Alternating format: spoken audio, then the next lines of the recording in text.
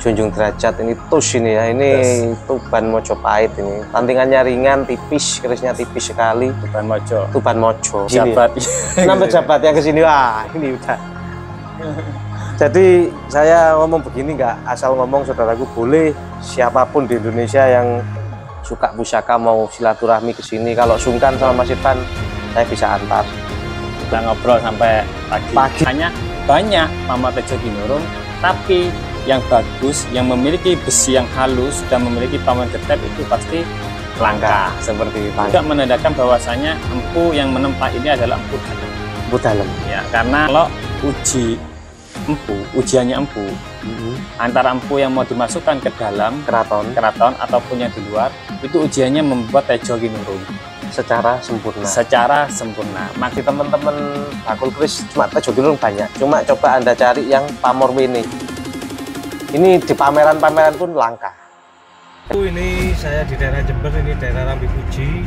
Ini meluncur ke tempatnya Mas Irfan, Pak Samsul, kepala desanya Rambi Puji, Desa Kaliwining. Ini saya ya sudah mengedilkan memahari 3 pusaka top. Nanti kita review juga bersama Mas Irfan ya. Ini kita perjalanan. Ikuti terus channel saya Vicky Wijaya. Terima kasih, Rahayu. Rahayu, salam budaya, salam pecinta pusaka untuk semua saudaraku yang ada di Indonesia ataupun yang ada di luar negeri. Kembali lagi bersama saya Vicky Wijaya. Ya, kali ini saya sedang hunting pusaka di Jember lagi. Lama nggak hunting di Jember.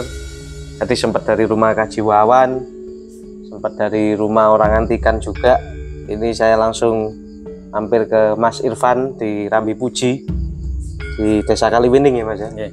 Nah, Desa Kaliwining ini kebetulan kepala desanya juga Pak Samsul, ini bapaknya Mas Irfan langsung di sini. Di sini tempatnya pusaka-pusaka top Jawa Timur. Dulu saya pernah ngambil beberapa pusaka juga dari sini. Nah, ini tadi negosiasi pusaka ya.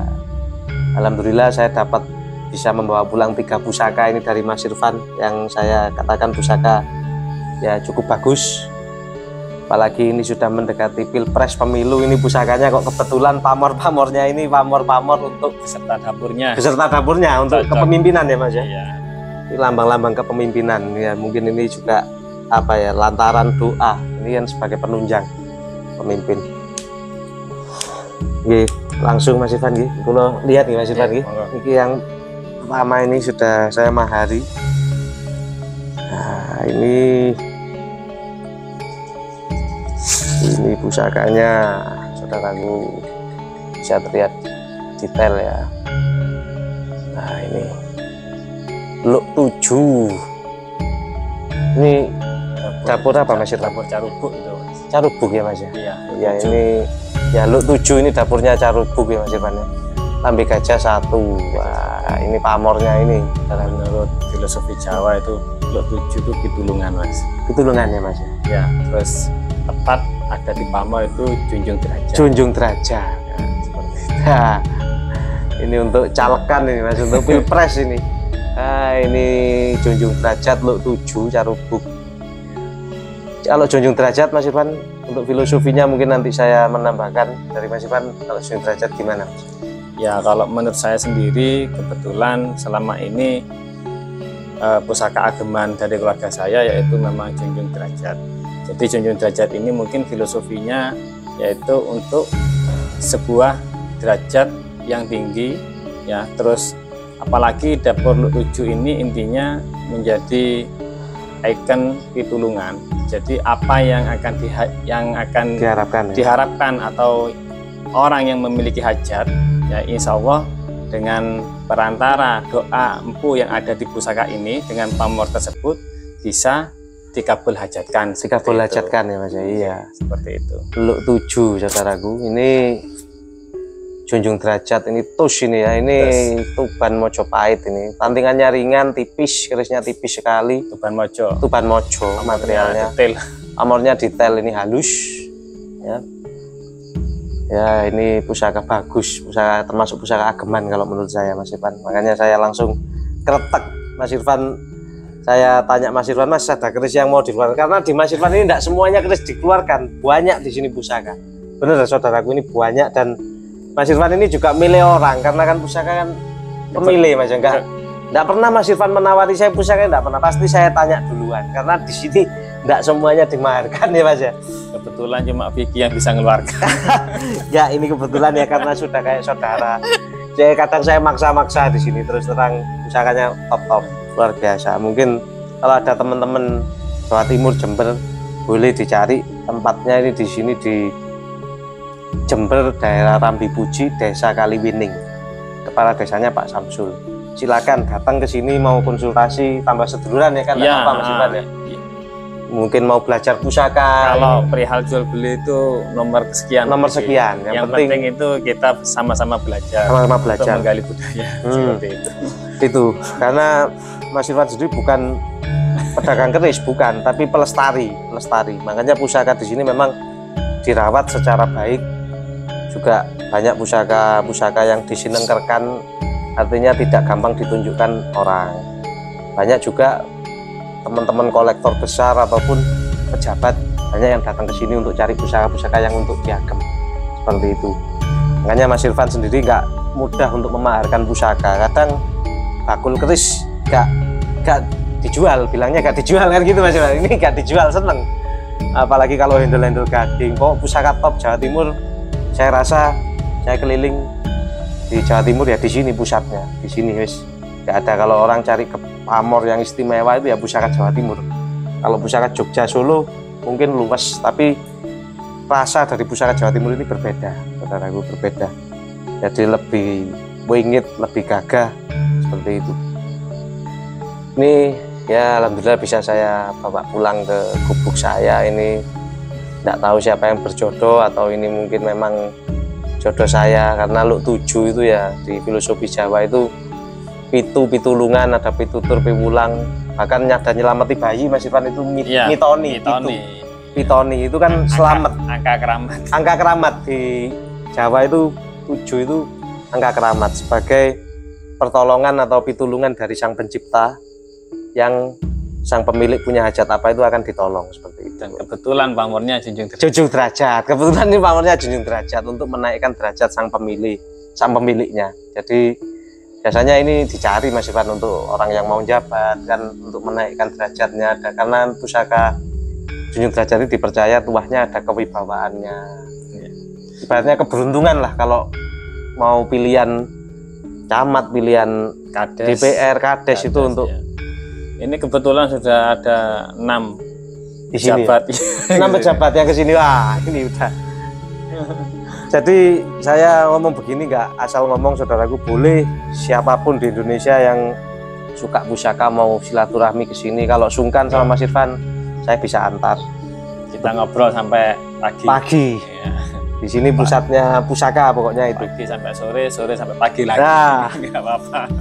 Memang orangnya mungkin teman-teman nggak jarang tahu, Mas Irfan ini nggak pernah muncul di pameran pusaka, jarang, karena memang bukan pedagang keris, dia pelestari. Mas Irfan ini pelestari, pecinta pusaka. Di sini melestarikan banyak pusaka Jawa Timur, Madura yang istimewa ada di sini. Orang-orang Madura pun saya tahu langsung banyak yang datang ke sini Mas ya, tanya ke sini. Terus intinya ya buktikan, biar nggak cuma kita ngomong besar kan gitu Mas ya. Lebih baik kita low profile tapi bukti nyata seperti itu. Nah, ini keris yang kedua Mas ya? Iya, ini. Nah, ini keris yang kedua, ini juga Timoho. Wah, ini yang paling saya suka ini saudaraku. Tadi sempat ini langsung bergetar ini saya ditunjuki pusaka ini. Ini pamor Tejo Ginurung, dapur brojol. Kalau Tangguh ini masuk Madura Sumenep. Madura Sepuh ya Mas ya? Sumenep. Besinya halus, nggak kayak besi-besi Mekasan atau apa namanya keris Bangkalan, ada juga kan, itu kan agak kasar. Karena memang besinya halus. Kebanyakan keris Madura itu identik besi kasar. Karena apa? Air yang untuk menempa besi ya, itu kan kandungan garamnya sangat besar. Jadi makanya keris Madura kebanyakan besinya itu agak kasar. Tapi kalau ada keris Madura yang besinya itu halus ya, Iya. berarti memang cara penempaan dan pembuatannya Pemasukannya, itu ya. luar biasa sudah. Maksudnya Empunya yang empu benar. utama lah, Ya, empu utama ya. berarti bisa empu. dibilang seperti itu. Seperti itu. Kenapa kok saya sangat suka ke sini? Ini ada istimewanya saudaraku, bukan cuma Tejo Ginurung biasa, tapi di bawah gonjo. Anda bisa amati ini ada pamor wene. Wene itu bulat-bulat. Wene ya Mas ya? Ya, Atau kadang orang nyebutnya sumber mas juga Sumber bisa. mas atau Pamor wene ya. Itu kerejekian, tuahnya kerejekian. Sedangkan gonjonya ini pamor ya Mas Kumambang bisa. Mambang.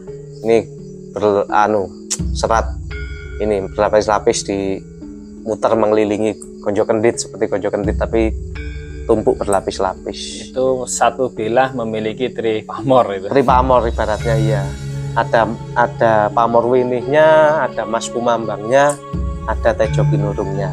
Kalau Tejo Ginurung biasa saya rasa banyak Mas Ivan. Banyak. Di teman-teman perkerisan, di teman-teman bakul keris cuma Tejo Ginurung banyak. Cuma coba Anda cari yang pamor winih.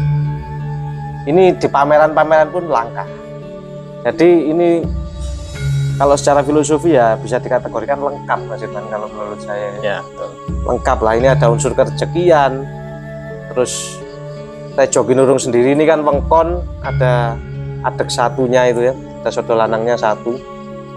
Kalau menurut Mas Iwan apa Mas filosofi Tejo Ginurung? Ya. Nah ini biasanya lebih detail kalau beliau yang nerangkan, yang punya pusaka. Kebetulan kalau menurut saya pribadi, kalau Tejo Ginurung itu kita lambangkan ini sebuah tejo. Ya. Tejo, ini pamor putih nih, tejo. Ya. Tejo itu adalah sinar atau cahaya. Ya. Dan di sampingnya ini adalah pamor wengkon, Wengkon. yaitu sinar yang dilindungi seperti itu. Adapun halnya pamor tejo ini ada yang kadang-kadang tidak sampai ke ujung, nah, sampai sini kadang-kadang ada yang sudah langsung belok. Ya, itu ini itu maksudnya juga sudah beda Mas Vicky. Beda ya Mas? Beda sudah. Apa kalau yang belok itu Mas? Kalau yang belok ini mungkin hajat yang akan yang akan dicapai itu mungkin tidak sampai. Tidak sampai ke ujung. Ya, jadi empu dulu bikinnya nggak sampai salah produk ya, sampai biasanya ada yang megat wojo namanya seperti itu. Jadi kalau iya pernah saya nemui banyak di teman-teman yang menggok, jadi nggak lurus menggok. Tejonya itu pamor lurusnya itu menggok teman-teman. Nah, jadi seperti itu. Jadi kalau ingin memiliki pusaka yang bagus ya, carilah pamor itu yang tidak nyelepor terutama teman-teman. Gak nerjang landep kata ya, orang pakem, itu. gak nerjang landep ke selorok ya Mas ya. Ya seperti itulah. Ini kan detail, mulai dari bawah sampai atas tembus sama ujung ini detail. Dan wengkonnya pun detail, nggak ada yang nyelepor. Iya. Jadi nggak ada yang putus. Ini juga menandakan bahwasanya empu yang menempa ini adalah empu dalam. Empu dalam. Ya karena dulu katanya ya. kan gitu cerita ya dari cerita turun temurun. Ya kalau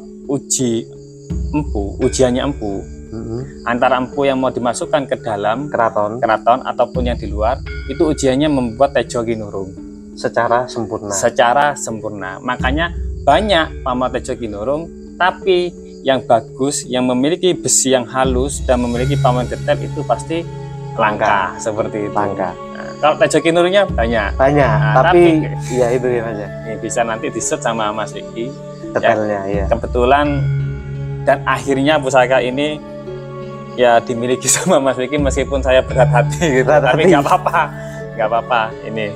Nah, menurut saya seperti itu teman-teman. Jadi hajatnya ini insya Allah akan mudah terkabul dan akan selalu dilindungi langkah-langkahnya menuju hajat seperti itu teman-teman. Mungkin itu menurut saya. Iya betul Mas, saya sangat setuju. Itu pernah dibahas juga di grup Gonjo Wulung. Ada senior Tosanaji namanya Pak Jimmy di grup Gonjo Wulung Facebook teman-teman. Jadi pamor Tejo Ginurung seperti yang dikatakan Mas Irfan tadi, untuk ujian empu yang akan jadi empu utama di keraton, ujiannya buat pamor Tejo Ginurung. Kenapa tidak buat pamor Belara, pamor Junjung Derajat apa yang lain? Pamor Tejo Ginurung ini sangat susah dalam penempaan. Dan ciri-ciri Tejo Ginurung yang original itu wengkonnya seperti ini, nggak rapi, wengkon lurus, tapi kan ini ada belok-belok. Yang ori seperti itu. Kalau wengkonnya ini lurus, tegak lurus, tidak ada belok-belok, itu malah bisa-bisa kamar ikan, Mas. Itu dibahas di grup seperti itu. Karena apa? Ini pamor ini tempat lipat loh. Bayangkan bagaimana cara menempa empu supaya banyak lipatan di pamor membentuk tejo ginurung. Ini ada wengkon, terus ada sodo lanangnya. Itu sudah sangat sulit. Itu makanya banyak pecinta cari keris tejo ginurung. Tapi sulit untuk mendapatkan yang seperti ini, saudaraku. Boleh bandingkan kualitasnya, nanti saya detailkan video pusaka ini. Bandingkan kualitasnya dengan tejo ginurung yang ada di pasaran yang lain loh, kan ya, gitu. Terus di bawahnya gonjo itu terus ada. Di bawahnya ada pamor wene. Ini waduh tambah langka lagi. Mungkin tidak nemu, sulit. Jenengan boleh datang ke pameran-pameran pusaka. Jadi bukan kita ini omong ngawur kan gitu Mas Ivan. Kita nggak bukan ngomong sembarangan, tapi kita menunjukkan fakta, objektivitas dari material pusakanya, garapnya seperti itu, teman-teman. Jadi ini salah satu pusaka tejo ginurung yang ya dianggap Mas Irfan, dan menurut saya juga ini garap empu utama di keraton. Karena apa? Ini utuh, sodo lanangnya ini loh, gak belok. Kadang ada yang belok, itu udah produk gagal sebenarnya. Karena tejo ginurung yang pakem ya seperti ini, harus sampai atas. Detail. Dan ada pendapat empu di Jawa Tengah, empu Harum Brojo sempat berpendapat kalau ada tejo ginurung yang ada pamor winihnya seperti gonjo sumber di bawah ini, itu bisa dipastikan adalah buatan empu yang sangat mumpuni secara spiritual ataupun secara garap. Bisa dikatakan itu pasti empu dalam keraton. Seperti itu, saudara. Tejo ginurung tadi sudah dijelaskan filosofinya sama Mas Irfan, yaitu untuk menunjang kepemimpinan juga, karena ini nur ya. Tejo itu nur, tejo itu artinya bahasa Jawa cahaya. Jadi setiap manusia itu dalam hati nuraninya itu ada cahaya yang baik.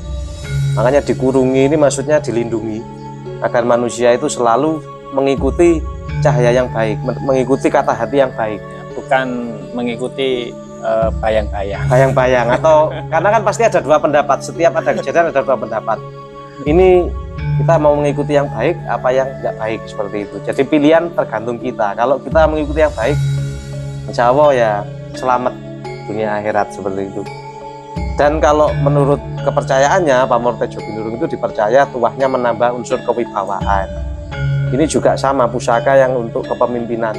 Banyak Anda boleh lihat-lihat di surat Centini, saya juga sudah baca, bahkan dipercaya untuk melanggengkan jabatan kekuasaan. Makanya pamor tejo ginurung diburu sama pejabat. Dan ditambah lagi kerejekian. Ini udah lengkap. Ini kategori keris pusaka kalau menurut saya, bukan cuma keris biasa. Ya keris banyak, tapi ya boleh dibandingkan kualitasnya, filosofinya, itu yang bisa dijadikan edukasi lah untuk teman-teman yang lain. Ini istimewa, ini saya sangat seneng ini dengan keris ini. Dan ini saya sangat seneng. Tejo ginurung saya sering dapat dulu, tapi yang seperti ini ya baru kali ini.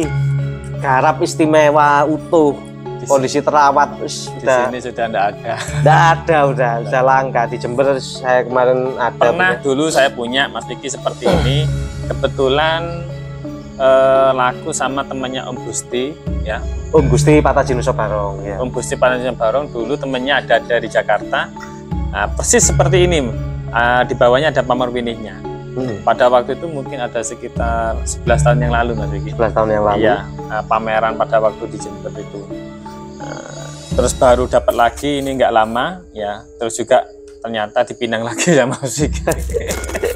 Iya. Ya, jadi pusaka jodoh-jodohan. Kadang bukan masalah nominal, tapi untuk pemaharan ini kadang kayak Mas Irfan ini juga lihat orang, srek ya kayak gitu. Karena orang ini kan beda-beda Mas ya karakternya. Ini ini yang ketiga Mas ya. Saya dapat 3 saudara. Ya alhamdulillah ini. Ini keris Bali. Sandangannya masih original Timoho. Wah bagus ini sandangannya, ini peletnya ini, wah.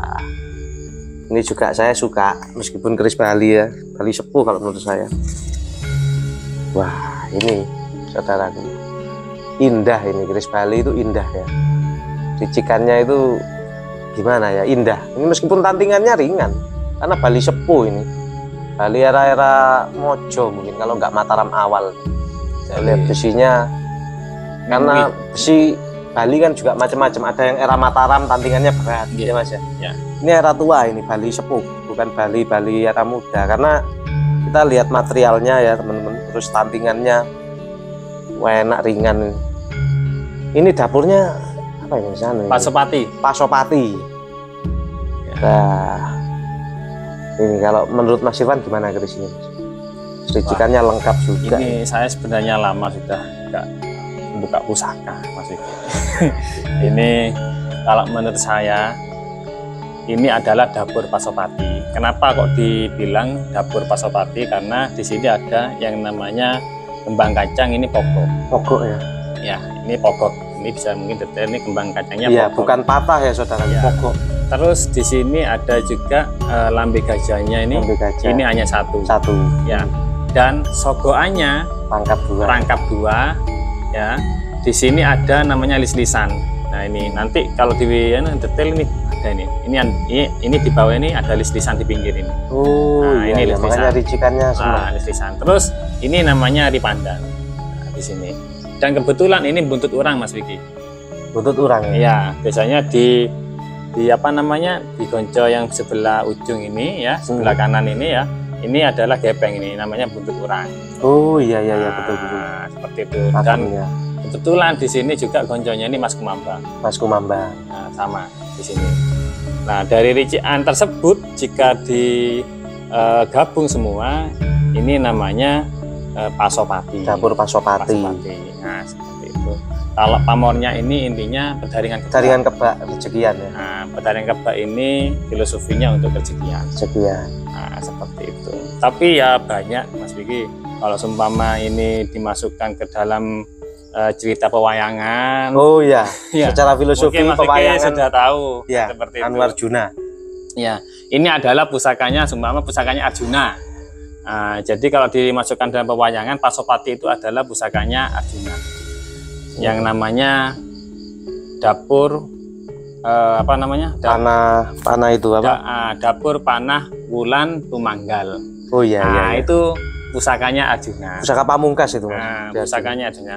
Nah, sosok Arjuna sendiri dalam pewayangan itu adalah sosok yang satu tampan.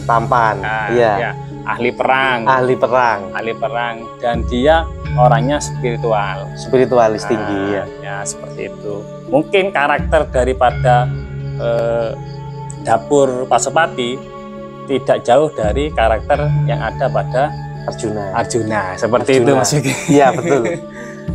Biasanya juga dapur Pasopati juga diburu Mas sama pejabat karena ya itu tadi untuk menunjang kewibawaan juga, kepemimpinan juga. Jadi mulai dari spiritual kepemimpinan, ketampanan, dan ya. kerezekian ini ada sosok.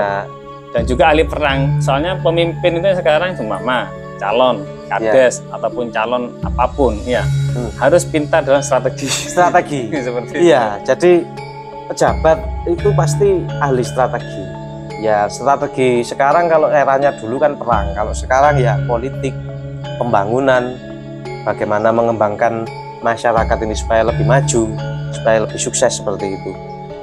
Jadi penunjang spiritualnya ini mungkin lebih ke arah harapan sang empu untuk memberikan dorongan spiritual, semangat ya Mas ya. Semangat tinggi untuk seorang pejabat atau pemimpin yang memiliki cita-cita untuk karir yang lebih baik lah, seperti itu. Pasopati. Lelanangi jagat jagone dewa, katanya di pewayangan seperti itu. Karena ya itu tadi, Arjuna itu lambang keberanian, tampan. Bahkan ada yang berpendapat dapur Pasopati itu juga ada unsur pengasihannya, karena Arjuna itu tampan kan Mas.